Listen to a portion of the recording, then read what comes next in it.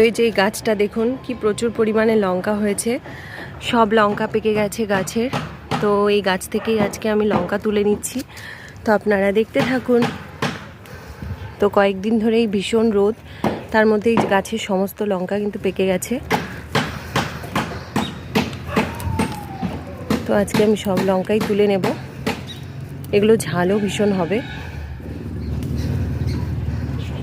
এই যে বেশ কিছু লঙ্কা তুলে নিলাম।